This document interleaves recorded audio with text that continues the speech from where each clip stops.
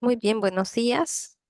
Hoy vamos a continuar con el estudio que estábamos ya haciendo las veces anteriores. Ya hemos hecho el Evangelio según Mateo. Hemos terminado de hacer Hechos de los Apóstoles para que haya una correlación, ¿no? Entre los libros que vamos a hacer. Entonces yo les recomendaría, si es que van a seguir el, todo el estudio, primero leer el Evangelio. Si quieren pueden escucharlo también en el YouTube, está ahí colgado. Mateo. Luego hemos hecho Hechos de los Apóstoles. Después hemos iniciado ya con las cartas de Pablo. Hemos hecho la primera carta, que es la carta de Gálatas. Y en esta oportunidad vamos a ver la carta a los romanos.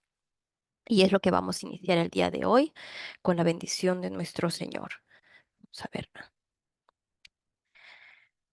Amado Padre, gracias te damos por este tiempo, por este día, Señor.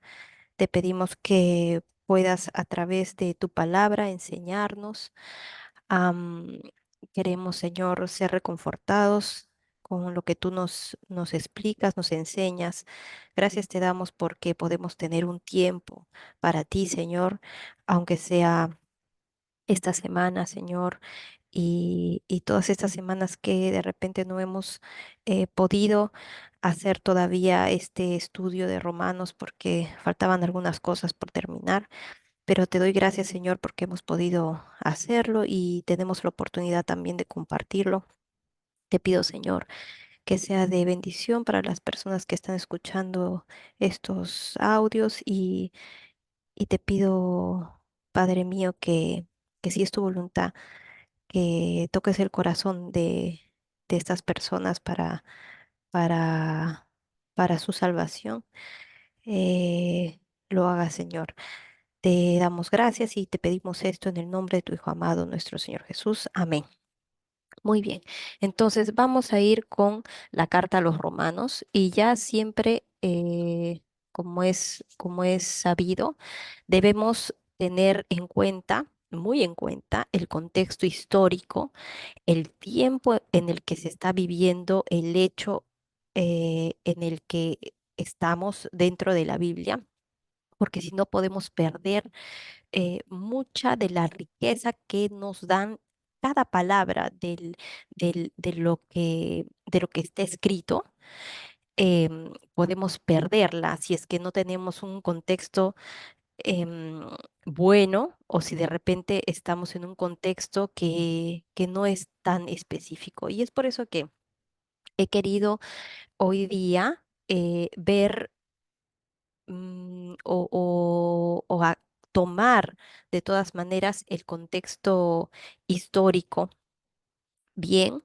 Yo sé que a veces a algunas personas les parece esto un poco aburrido, ¿no? Porque es historia y es como que regresar al colegio y volver a estudiar, pero es importante saberlo para poder entender. Entonces vamos a tratar de introducirnos de alguna forma y ir atrás estos prácticamente 2000 años, ¿no? Tenemos que ponernos ahí en ese contexto.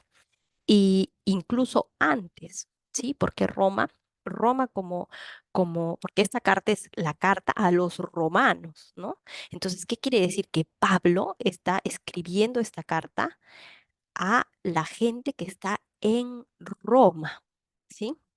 Probablemente a la capital, o probablemente a esta zona de Italia donde era la capital del imperio, ¿no? Que es Roma. Y en este contexto nosotros tenemos que saber qué cosa es Roma, cómo estaba en ese tiempo, ¿no? ¿Qué es lo que estaba ocurriendo? ¿Qué es lo que pasaba en su sociedad? Entonces, Roma fue fundada más o menos en el año 700 antes de Cristo, ¿sí? Entonces estamos hablando que ellos tienen ya un tiempo que son una república, ¿no? Porque primero fue formada como una república romana, no como en otros sitios que de repente primero fue que tuvieron un rey, ¿no? Un emperador, ¿no? En este caso, primero hubo una república romana con un senado, ¿no? Que era como las personas más poderosas de esta región, ¿no? Los aristócratas romanos que formaban esto. Esto este, recién se adopta como República Romana, como unos 200 años antes de Cristo, ¿no? Era una república. Entonces había igual un senado, ¿no? Y estas personas tomaban las decisiones en ese senado, ¿no? En esta como que se ponían de acuerdo. Estas personas tenían mucho dinero, mucho poder.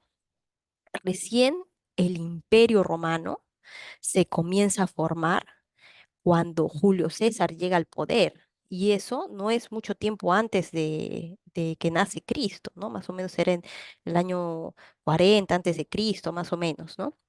Entonces, em, ¿qué pasa? Julio César llega al poder y se enfrenta a este Senado, ¿no? Porque él, él ganó mucho territorio, hizo muchas cosas y entonces se autonombra un dictador vitalicio, ¿sí? Entonces, esta persona de Julio César, ya todos saben históricamente que por este querer, ¿no? El poder, el que sea gobernado por una sola persona, esto que iba a que una sola persona gobierne, como si fuera un emperador, el Senado, obviamente, estas personas que son, digamos, ricas de alguna forma, ¿sí? O poderosas, lo asesinan, ¿no? Lo matan. Y se forma como una coalición que se llama el triunvirato, ¿no? Entre tres personas. Una de esas personas es Octavio Augusto César, que al final Octavio Augusto César con Marco Antonio y otra persona más se queda en el poder porque ya derrota a sus adversarios, que en primera instancia no eran adversarios, ya después eso lo pueden ver en la historia, pero al final queda como Octavio Augusto César a cargo del gobierno como un emperador, o sea, el primer emperador de Roma. Estamos hablando que él gobernó del 27 antes de Cristo hasta más o menos el año 14 ¿no? Después de Cristo, sí. Entonces, este Octavio Augusto César, ¿no? El primer emperador, el gobierno que comienza con él, ¿no? Em, es súper importante porque tenemos que entender que de una república, ¿no? En la que había muchas personas que tomaban decisiones, va a pasar el poder a una sola persona como emperador del Imperio Romano, que después ya vamos a ver que son los Césares, ¿no? Pero este primer emperador está formando este imperio el 27 antes de Cristo. Entonces están en toda esa formación de un nuevo imperio, de un nuevo poder, de un nuevo todo, ¿no? ¿Ya? Entonces, importante ver acá, y si ustedes pueden aprendérselo, sería genial, o más o menos tenerlo en su cabeza como para ver qué acontecimientos, bueno, pues, y lo vamos a ir viendo en el transcurso del estudio, qué acontecimientos se van dando de acuerdo al emperador que está en el poder. Y si ustedes pueden ver o leer la historia romana, o bueno, pues si alguno que es ya más, más metido en estas cosas, pueden leer a Suetonio, que tiene un libro que, bueno, pues escribió sobre la vida de los 12 Césares. Pueden ver a cada uno con su personalidad y qué cosa es lo que hicieron en el imperio y cómo es que todas estas cosas se van dando en Roma, ¿no? Entonces, más o menos para hacer una introducción de quiénes gobernaban, para ponerlos en contexto, estaba entonces Octavio, que al final vamos a llamarlo como César Augusto, ¿sí? Que gobierna del 27 antes de Cristo hasta el 14 después de Cristo, o sea, vamos a ver que Jesús ya nace con el gobierno de Octavio. Tiberio, ¿no? Tiberio y Livia. su madre, ya eso ya lo pueden ver después, gobiernan del 14 después de Cristo hasta el 37 después de Cristo. Esto tenemos que tenerlo en cuenta porque en el gobierno de Tiberio es que Jesús muere, ¿no? Después tenemos, y miren esto, ¿ah? Tenemos el gobierno de Calígula, ¿ya? Calígula gobierna del 37 después de Cristo al 41 después de Cristo. Todos sabemos que tuvo un gobierno nefasto, lleno de vicios, ¿no? Y podemos entender también que este contexto en el que imagínense si el emperador hace todas esas cosas y deja que la gente haga todo lo que quiera, porque en este caso Octavio Augusto era más conservador, pero Calígula, o sea, estaba un poco trastornado, ya. Entonces, ustedes ya pueden eh, entender cómo es que la gente estaba actuando en este momento, ¿no? En el que todo era un desbande total, la gente hacía lo que le daba la gana, no había ningún reparo entre nada, ¿me entienden? Entonces era como eh, mm, dar rienda suelta a todas las pasiones, a todo lo que a las personas se les ocurriera hacer, porque el mismo emperador lo hacía, ¿no? Y también sabemos que Calígula fue asesinado en este contexto porque empezó a gastar eh, de las arcas del gobierno todo lo que Octavio Augusto y Tiberio habían tratado de más o menos ordenar. Entonces se empieza así como a gastarlo todo. En este contexto viene el siguiente emperador, que es el emperador Claudio del 41 después de Cristo al 54 después de Cristo. Y es importante aquí que nos acordemos de este emperador Claudio. Los que quieran ver la serie Yo Claudio también pueden verla. Este emperador es importante porque él hizo un edicto. eh, Ahorita no recuerdo el año exacto, pero hizo salir a todos los judíos de Roma en algún momento, y eso ya lo vamos a ver en la Carta de los Romanos, pero quería decírselos para que lo tengan presente. Es ese emperador Claudio el que vio que los judíos empezaron como a tornarse belicosos, como empezaron a pelearse y vamos a ver después el edicto, no lo tengo ahorita, pero dice por, por, por que los judíos estaban separándose o discutiendo por un cresto. ¿Ya? Por una persona que le denominaban Cresto. Y si nosotros vemos bien, puede decir ahí, y algunos historiadores lo afirman, que dice por un Cristo, ¿no? Entonces, se vio que de repente probablemente la primera iglesia cristiana en Roma, fue ya formada en estos primeros años. Miren, si Claudio está el 41 después de Cristo, entonces estamos hablando que no tiene ni 10 años, probablemente los judíos que son cristianos, que están en esta zona, eh, hablando sobre Cristo, sobre la resurrección, sobre lo que han visto en las fiestas judías que se dieron y la Pascua y la fiesta de Pentecostés que vimos la vez pasada, que ya vamos a ver ahora. Pero quiero que lo tengan presente a Claudio porque es nombrado en el libro de los Hechos. Si quieren pueden verlo también en los videos de Hechos que hemos hecho. Cuando Priscila y Aquila salen de Italia y se encuentran con Pablo y ellos son judíos exiliados que se encuentran con Pablo y Pablo les habla y les explica mejor el Evangelio y lo que significaba Cristo y Cristo resucitado. Y, y ellos, bueno, pues se encuentran, ¿no? Con Pablo y se conocen. Y por eso sabemos que Claudio es el que da ese edicto. Mire, eso está en el libro de los Hechos.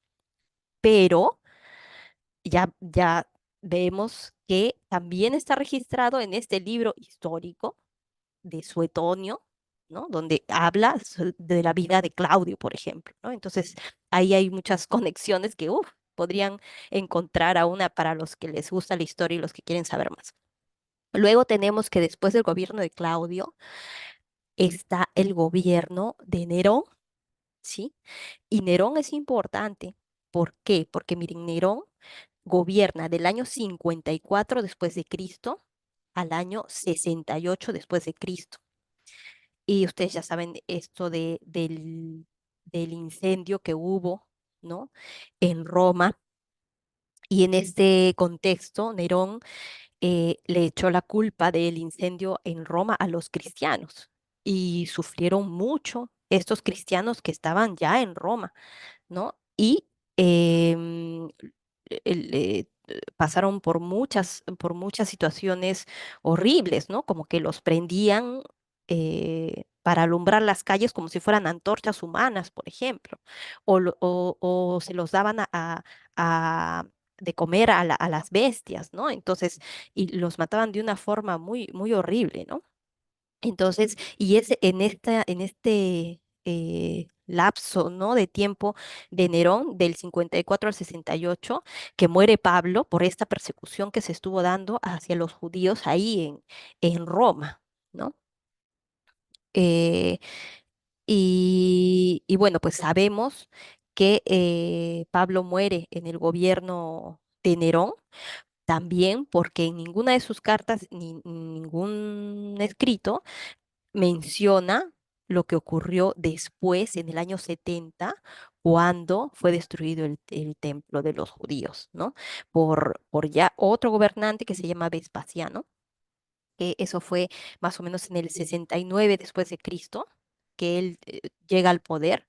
Ya sabemos todos que Nerón se suicidó, ¿no? En el año 68. Y el año 69 es un año devastador porque ahí hay otros emperadores como que no tan importantes y al final queda Vespasiano, que ya toma el poder en el 69 y el año 70 es que ya se da esto de la destrucción del segundo templo y todo lo que ocurrió, ¿no? De la muerte de todos estos judíos que estuvieron ahí en Jerusalén y todas las persecuciones y ya probablemente también la muerte de otros cristianos que estuvieron ahí de la primera iglesia como Pedro, ¿no? Entonces, más o menos para tener ese contexto de estos primeros años del cristianismo, les recomiendo poder ver esta parte de los emperadores, de cómo era Roma en ese tiempo, que es lo que se iba viendo. Yo les voy a ir dando algunos alcances mientras estemos viendo la carta a los romanos. Lo otro importante es que tenemos que ver el autor y la fecha. Sí, el autor sabemos que es Pablo de Tarso, este judío, fariseo, ¿no? Que vivió en Jerusalén como aprendiz de este rabino Gamaliel, que era súper entendido, ¿no? Y que es convertido al cristianismo por la revelación del mismo Cristo resucitado, ¿no? Y al que le da esta comisión, ¿no? De poder llegar hasta los confines de la tierra, que es la gran comisión que le dieron a los apóstoles y a Pablo de una forma directa a través de Cristo, ¿no? También sabemos que Pablo no solamente era judío, sino que ya lo hemos visto en el libro de los Hechos, era romano, ¿sí? Y es importante esto porque él puede entender cómo es la cultura, ¿no? Sabiéndose eh, romano, sabiendo cómo es la estructura de los griegos, ¿no? Eso vamos a verlo después, y también siendo judío. Entonces él podía tener una visión más grande de las enseñanzas, de lo que creía un pueblo u otro pueblo, ¿no? Entonces tenía muchas, por así decirlo, armas en las que podía él, en su conocimiento, explicar mejor el Evangelio, ¿sí? Y es por eso que Pablo es el que va a evangelizar a los no judíos, ¿no? Es el apóstol de los gentiles, de los no judíos. Y prácticamente Pedro se queda allá en Jerusalén para evangelizar a los judíos, ¿sí? Entonces, sabemos que Pablo hace tres viajes importantes, en el libro de los Hechos están tres viajes misioneros, bueno, eso lo pueden ver después, que son narrados por Lucas en el libro de los Hechos. Y, eh, y esta carta está más o menos escrita a finales de este viaje, de este eh, tercer viaje más o menos en el tercer viaje misionero. Está escrita desde la iglesia de Corinto, ¿ya? Porque nombra algunas personas que estaban en Corinto y que ustedes se van a dar cuenta cuando saluda también a las personas a las que va dirigida la carta, ¿no? Como cualquier carta. Y entonces por eso podemos saber más o menos de dónde la escribe y la localización y a quién va dirigida esta carta, ¿sí? Entonces, esto más o menos es hacia el año 50 después de Cristo, más o menos ahí, y se van a dar cuenta que este, estamos en ese tiempo, el año 50 después de Cristo fue escrita esta carta a los romanos. Y ustedes me dirán, ¿y cuándo es que va a Roma Pablo? Más o menos son 10 años después de escribir la carta a los romanos, ¿ya? Porque ya vimos en el libro de los Hechos cómo es que hay este naufragio y él llega a Roma de una forma como un cautivo, ¿no? No es que llega por sus propios pies y él evangeliza ahí antes, no, él nunca había ido a Roma y por eso es que esta carta es importante porque él está tratando de explicar en esta carta cuál, cuál es el corazón del evangelio y qué cosa es lo que es como la carnecita de esta, lo más importante de la muerte y resurrección de nuestro Señor. Entonces es importante esta carta porque él les va a explicar algunas cosas. También sabemos que va a dirigirse tanto a judíos como no judíos, y es por eso que también tiene que explicar algunas cosas sobre Dios que los judíos conocen bien, pero que la gente que no es judía no está tan empapada y tan inmersa de estos atributos que Dios tiene y que tenemos que explicar, ¿no? ¿No? Entonces, hay algunas cosas aquí que vamos a tener que verlas, ¿no? Hablar, por ejemplo, de la justicia de Dios, de la ira de Dios, de la gloria de Dios, son cosas muy profundas y muy importantes que vamos a ver a lo largo de esta carta. Tenemos eh, que los romanos, la carta a los romanos no es una carta escrita como otras, ¿no? Por una circunstancia específica, ¿ya? Porque nosotros vamos a darnos cuenta que en las cartas de Pablo siempre hay como un problema que ha llegado a sus oídos o problemas que han llegado a los oídos de Pablo por las personas que vienen, ¿no? De viaje, ¿no? Y entonces él intenta reconfortarlos o darles el consejo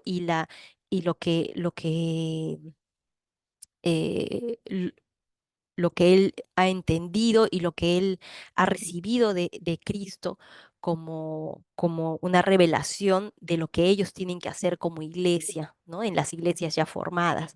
Entonces, en este caso, no es una carta de reprensión como la vimos en la carta de los Gálatas, ¿no? Ni tampoco es una carta como para exhortación de alguna cosa que esté haciendo mal esta iglesia, sino que es una carta de explicación del Evangelio y de cosas que tienen que ver con el Evangelio, porque realmente en Roma no hubo un fundador de la iglesia cristiana que fuera un apóstol. ¿Sí? ¿Me dejo entender? Y esto es algo que lo vamos a ver después, pero es importante saber que no fue un apóstol el que fundó la iglesia en Roma, no se sabe quién fue, pero se sabe que fueron, o sea, que hubo cristianos ahí por este edicto que yo les digo de Claudio, que fue más o menos entre el año 41 y 54. Estamos hablando que es ahí, ¿no? 10 años después de la muerte de nuestro Señor, es algo que es muy, muy, muy reciente. No sabemos cómo es que esta gente se convirtió al cristianismo y era una iglesia que que, que era bien vista y ahora lo vamos a ver y la vamos lo vamos a ir analizando mientras vamos leyendo. Muy bien, entonces vamos a empezar. Yo creo que vamos a llegar a la primera parte, a los saludos del capítulo 1. De repente ya la próxima vez vamos a terminar el capítulo 1 eh, con otras cosas que, que también son importantes profundizar para poder empezar la carta. Y vamos a leer. Ah, Romanos 1. Pablo, miren, salutación. Siempre ustedes van a ver esto de esta palabra salutación, es los saludos que Pablo hace a la iglesia, como les decía, a quién va dirigida la carta, de quién va dirigida, y por eso es que Pablo escribe así. Pablo, ¿no? Siervo de Jesucristo, llamado a ser apóstol, apartado para el evangelio de Dios.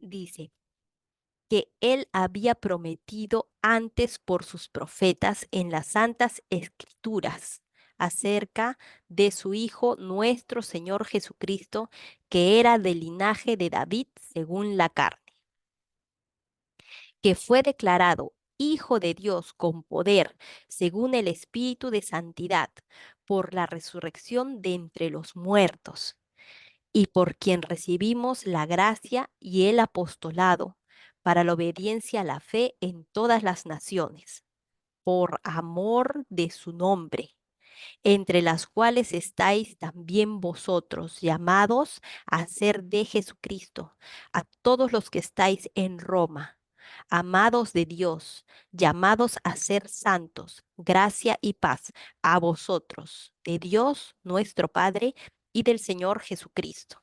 ¿Sí? Entonces vamos a hacer un pequeño análisis acá de algunas palabras que son importantes en este saludo que hace Pablo. Dice, siervo de Jesucristo. Esta palabra siervo es la palabra dulos, ¿sí? La palabra dulos significa esclavo, ¿sí? Esclavo como mm, un servicio permanente e involuntario. La palabra en griego significa eso, pero am, eh, esta palabra el apóstol la describe más allá de este servicio permanente involuntario, ¿no?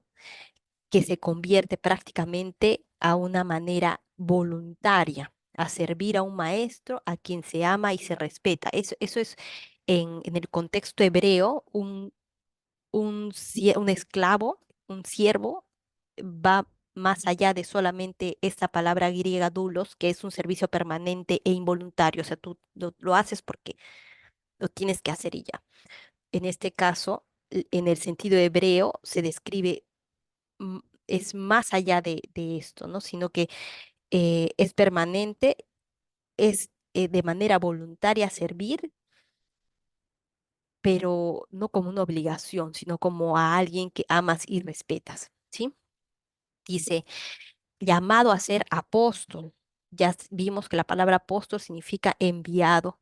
En este caso es enviado del mismo Cristo resucitado, como ya hemos visto en su testimonio y en los diferentes pasajes de la Biblia, cómo es llamado Pablo al ministerio, ¿no? Y dice, apartado para el Evangelio de Dios, porque Pablo solamente se dedicaba a eso, no tuvo familia, no vemos registrado que haya tenido esposa, hijos, alguna otra familia así, ¿no? Y que él había prometido antes por sus profetas en las Santas Escrituras acerca de su Hijo nuestro Señor Jesucristo, que era del linaje de David según la carne. Entonces ahí tiene que explicar un poco, ¿no? Del linaje de David según la carne. ¿Por qué? Porque ya sabemos que hay profecías mesiánicas donde se menciona, eh, por ejemplo, se menciona que iba a ser del linaje de David el Mesías, ¿no? Lo hemos visto en Mateo, por ejemplo, cómo es que algunas personas llaman a Jesús cuando está haciendo sus milagros, hijo de David, ¿no? Porque ellos saben que el Mesías iba a ser un hijo de David en la carne. ¿no? Alguien de su genealogía. Y sabemos que tanto como María como José en el ámbito legal, obviamente, ¿no? José en el ámbito legal, son del linaje de David. ¿Ya? Estas pueden ver sus genealogías en los libros de Mateo, está la genealogía de José, y en el libro de Lucas está la genealogía de María, que también va hacia este linaje de David, ¿sí? Que fue declarado Hijo de Dios con poder, según el Espíritu de Santidad, por la resurrección de entre los muertos. ¿Sí? Y por quien recibimos la gracia y el apostolado para la obediencia, la fe en todas las naciones por amor de su nombre, entre las cuales estáis también vosotros, llamados a ser de Jesucristo y a todos los que estáis en Roma, amados de Dios, llamados a ser santos. ¿Sí? Y esta palabra, a ser santos, ¿qué significa? No es en el sentido que nosotros conocemos como estos santos que hacen milagros, que los canoniza la Iglesia Católica. No. Un- una persona santa es una persona justa, ¿sí? Una persona que no tiene mancha, una persona sin pecado. Y la única forma de que una persona no tenga mancha y no tenga pecado es recibiendo a Cristo como Salvador, ¿no? En este caso, que a través de la fe en que Cristo ha pagado por nuestros pecados en la cruz y ha derramado su sangre para poder pagar esa deuda de la que hemos estado hablando todo este tiempo, entonces una persona puede ser justificada, puede ser limpia delante de Dios, ante los ojos de Dios, a través de Jesucristo, ¿sí? Y se convierte en un santo porque obviamente no tiene pecados. Si es que esta persona ha recibido con fe y de corazón esto, ¿sí? Entonces, eh, el verdadero cristiano que ha creído de corazón es esta persona santo, ¿no? Sabemos que todos pecamos, tenemos el Espíritu Santo dentro de nosotros cuando recibimos a Cristo y a través de Él tenemos la capacidad de poder resistir, ¿no? Estas tentaciones, estas cosas. No quiere decir que nunca vamos a caer, pero cuando nosotros ya somos cristianos y hemos sido limpios, eso es algo que eh, se ha pagado una sola vez y para siempre, ¿no? A través de, de Cristo en la cruz, ¿sí? Eh, luego tenemos gracia y paz a vosotros de Dios nuestro Padre y del Señor Jesucristo, ¿sí? Ahora, dice, primeramente, versículo 8, doy gracias a mi Dios mediante Jesucristo con respecto a todos vosotros, de que vuestra fe se divulga por todo el mundo. ¿Se dan cuenta, no? Él está escribiendo a esta iglesia cristiana en Roma y todo el mundo sabe, ¿no? Que hay una iglesia de cristianos ahí en Roma que no ha sido formada por ningún apóstol, que aparentemente hay gente que ha ido ahí y, eh, y, y ya se ha formado y dice que la gente habla de esta iglesia. Sí, de esta iglesia cristiana. Probablemente Aquila y Priscila, que son las personas que Pablo ha conocido, ¿no? Que son de ahí. Porque testigo me es Dios, versículo 9, porque testigo me es Dios, a quien sirvo en mi espíritu, en el evangelio de su Hijo, de que sin cesar hago mención de vosotros siempre en mis oraciones, rogando que de alguna manera tenga al fin, por la voluntad de Dios, un próspero viaje para ir a vosotros. O sea, ahí se dan cuenta que Pablo no conoce Roma todavía ahí, o sea, la conoce, pero no ha ido a Roma todavía por ellos, ¿no? Porque deseo veros para comunicaros algún don espiritual a fin de que seáis confirmados. Esto es para ser mutuamente confortados por la fe que nos es común a vosotros y a mí. Pero no quiero, hermanos, que ignoréis que muchas veces me he propuesto ir a vosotros, pero hasta ahora he sido estorbado. ¿sí? Para tener también entre vosotros algún fruto, como entre los demás gentiles, a griegos y a no griegos, a sabios y a no sabios, soy deudor. Así que en cuanto a mí, pronto estoy a anunciaros el Evangelio también a vosotros que estáis en Roma, ¿sí? Entonces, hasta ese momento, si Pedro hubiera estado ahí, él lo hubiera mencionado, ¿sí? Entonces, vamos a ver.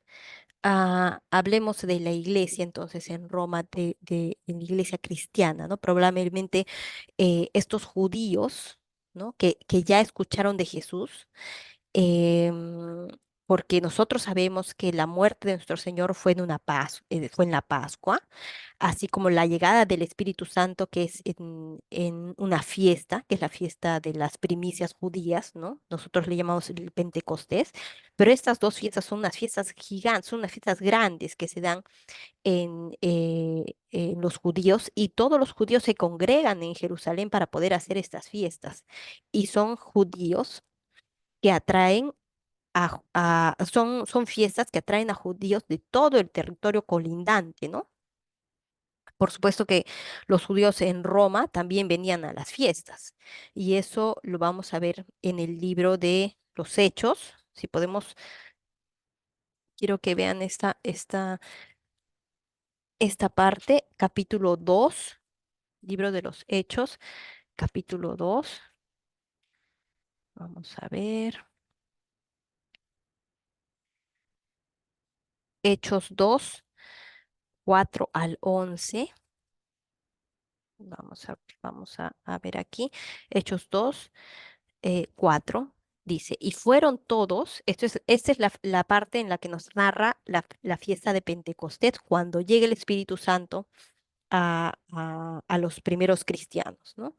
Y es en la fiesta de las primicias judías, ¿sí? Dice, y fueron todos llenos del Espíritu Santo. Estamos Hechos 2, del 4 al 11. Y comenzaron a hablar en otras lenguas, según el Espíritu les daba que hablasen.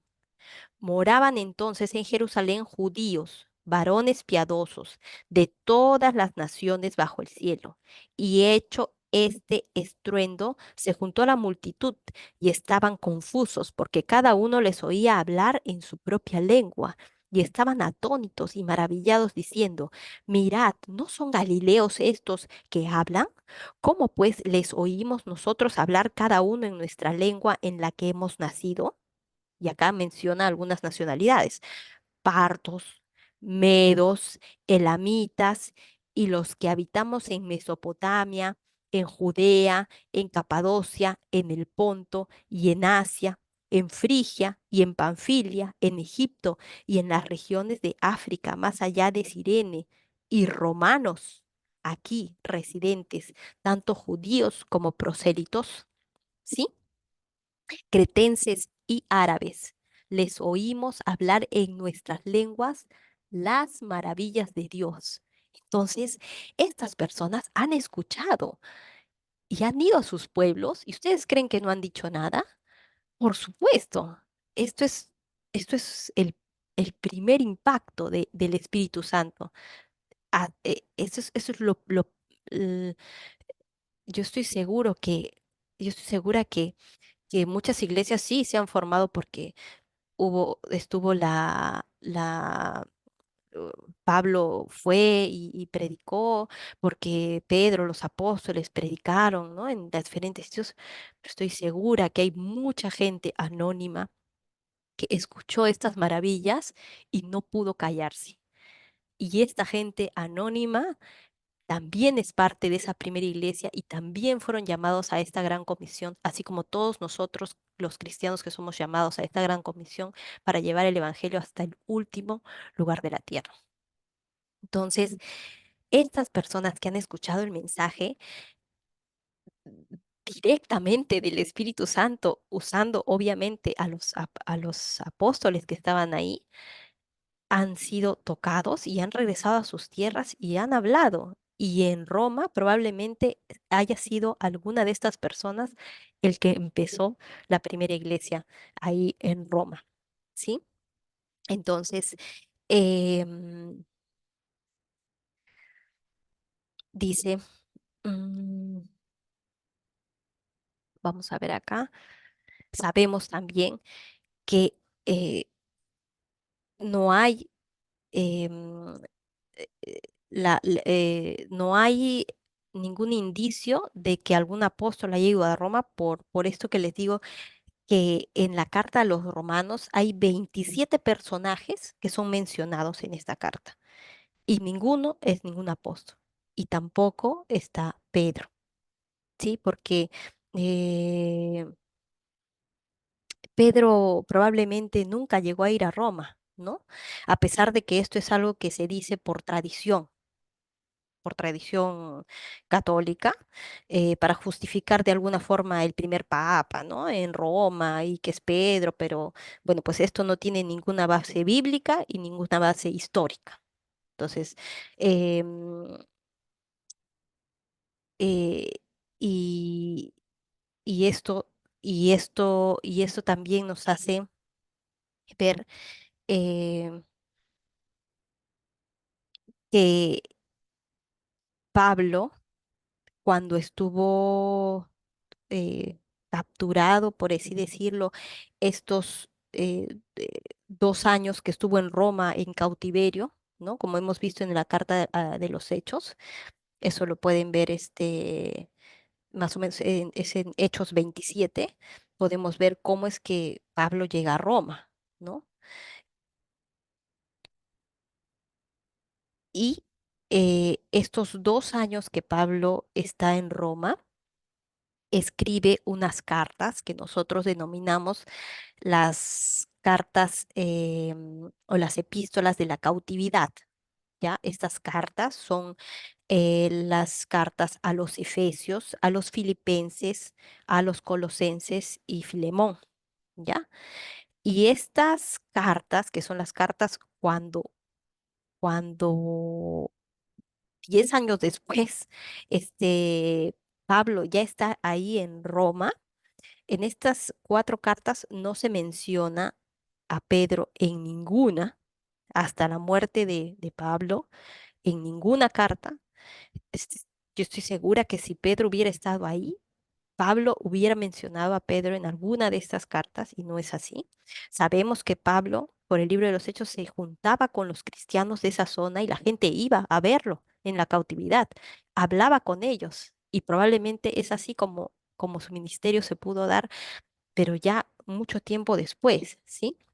Y bueno, nosotros sabemos que la mano del hombre siempre está detrás de las ideas que pueden ah, generar poder y riqueza, ¿no? Así no sean verdaderas, porque somos humanos y nos equivocamos, erramos, podemos manipular la información, los hechos, las personas y las instituciones. Hacemos eso, pero sabemos nosotros como cristianos que hay un Dios perfecto, ¿no? Que no se equivoca y tenemos la plena seguridad que todo lo que Él quiere que sepamos está en su palabra, en este libro que estamos estudiando, en la Biblia.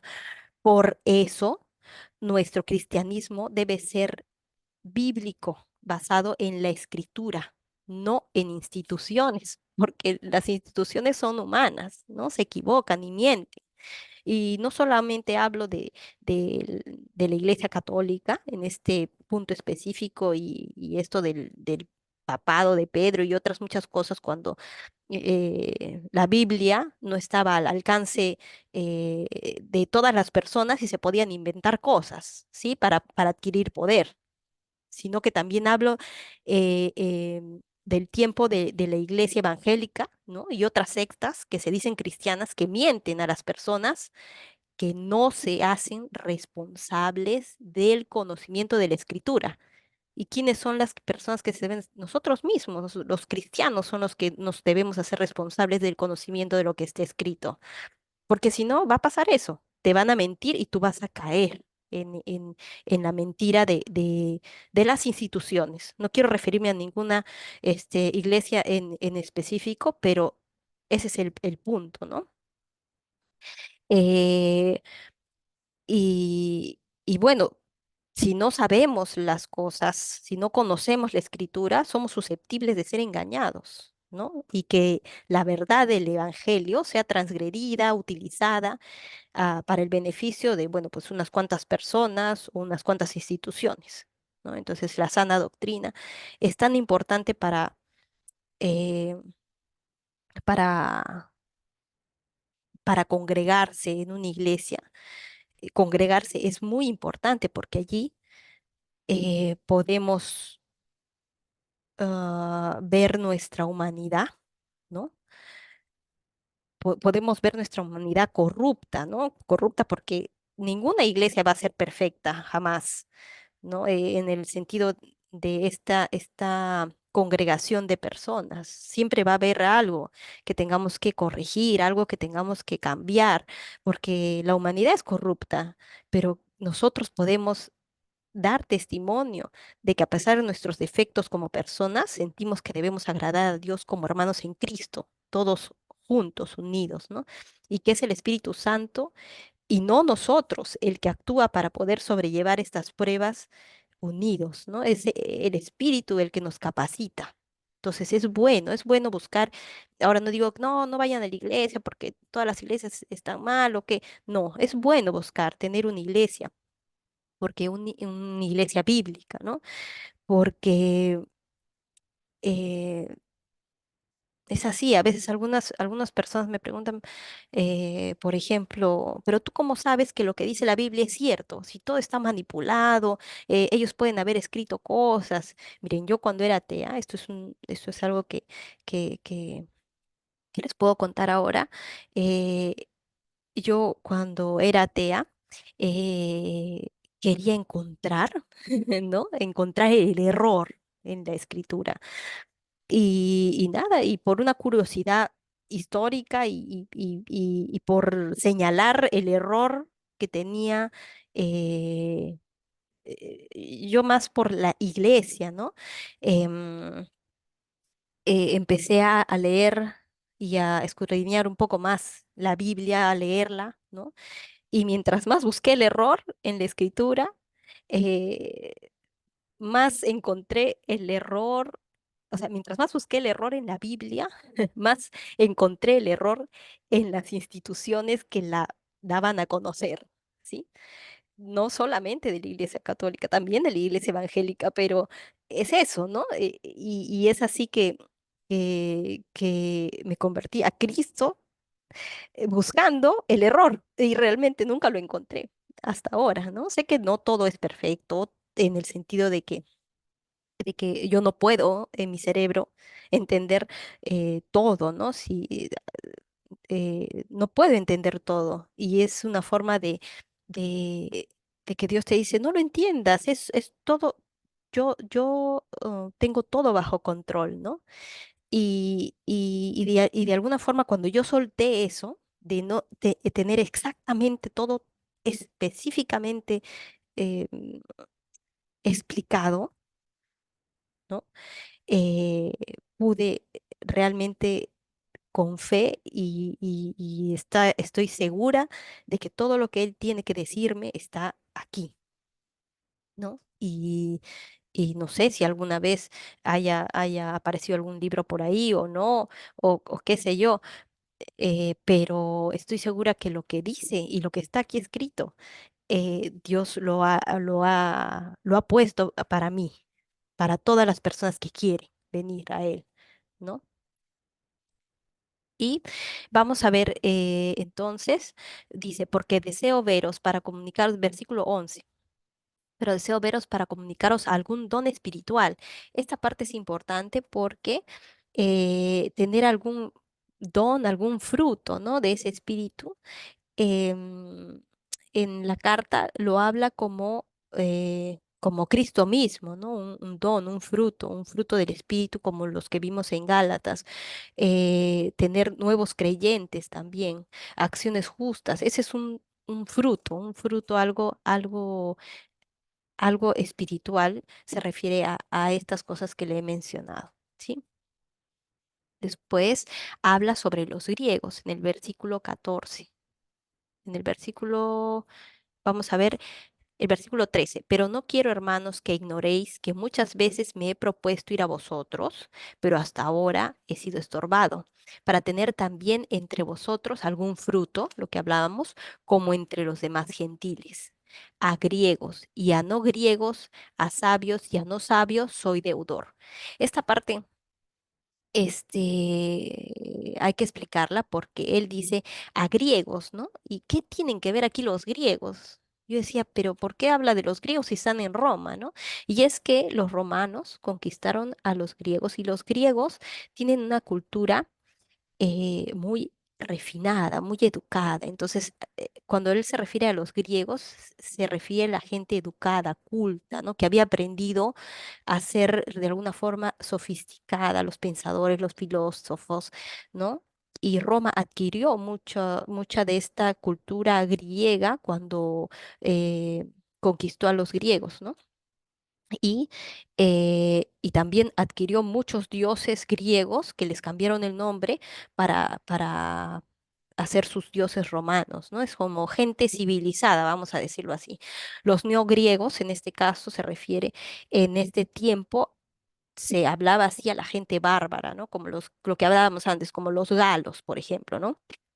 Que no estaban en contacto con la civilización de primera mano, ¿no? Una civilización aparentemente superior en sabiduría, en instituciones, en cómo hacían las cosas, en el conocimiento. Entonces a esos se les decía los no griegos, ¿no? Como los bárbaros.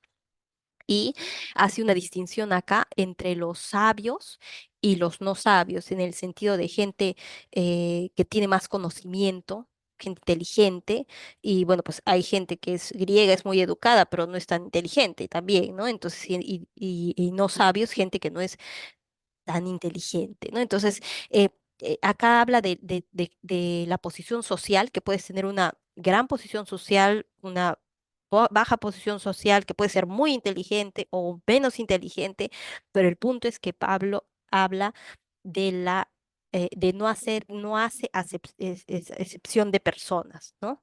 O sea, es para todos. A eso pienso que se refiere, ¿no? Y es deudor.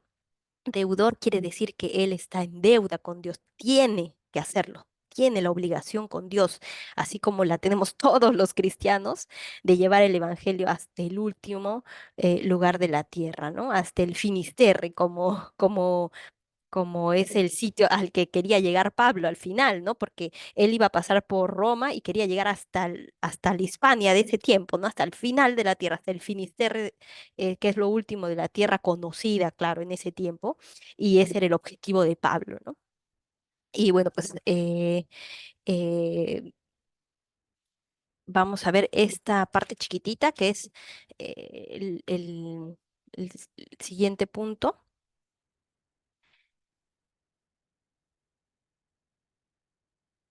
el poder, aunque creo que ya hemos pasado y creo que podemos quedarnos aquí.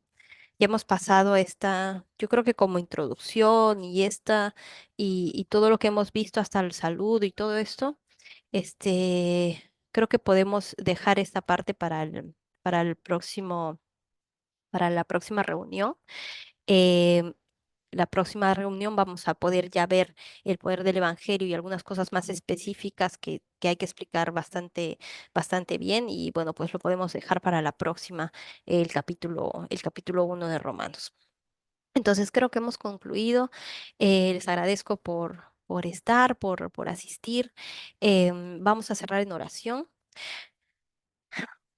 Amado Padre, gracias Señor.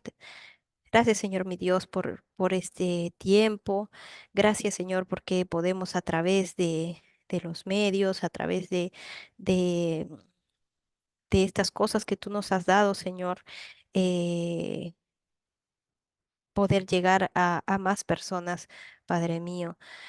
Gracias también porque podemos obtener información que de repente en otro tiempo no tendríamos, Señor, y no tendríamos las cosas tan claras. Te damos gracias, Padre mío, porque has puesto a- en el corazón de estas personas que van y llevan tu evangelio, Señor, y que a veces son personas anónimas, Señor, que pueden estar haciendo este trabajo, Padre mío. Gracias por ellos, porque a través de ellos nosotros hemos podido llegar a ti, Padre amado. Te pido por las personas que hacen este trabajo misionero, Señor, para que no hagas que no se rindan, Señor, que no desfallezcan, que, que, que estén siempre seguros de que tú estás con ellos y que a pesar de las dificultades sepan que tú estás ahí, Padre amado. Te damos gracias por este tiempo hermoso. Te pedimos que nos ayudes esta semana a tener las cosas claras, a poder informarnos un poco sobre esto que vamos a estudiar este tiempo, que es la carta a los romanos. Y queremos, Señor, pedirte que nos ayudes a tener estos espacios de tiempo para ti, Señor. Te agradecemos de todo corazón y te damos y te rogamos todo esto en el nombre de tu Hijo amado, nuestro Señor Jesús. Amén.